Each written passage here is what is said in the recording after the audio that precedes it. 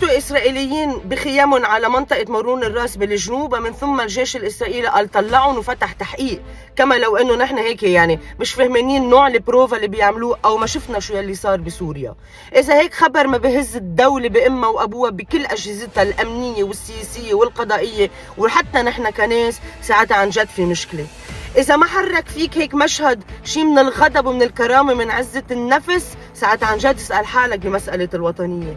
إذا بعد ما فهمنا كيف بعض السياسيين وبعض الأحزاب بيجربوا أو جربوا هيك يخنقونا بين بعضنا، وأنت لا الحق عليك لا الحق عليه، ما أنت لو ما عملت هيك لك شو كان صار، ساعتها ليكوا العدو هين عليه. بدل ما يكون ضلوا بمارون الراس، رح يصير بكره بجزين وبصيدا وببيروت وبجونيا وبطرابلس وببعلبك وبزحله.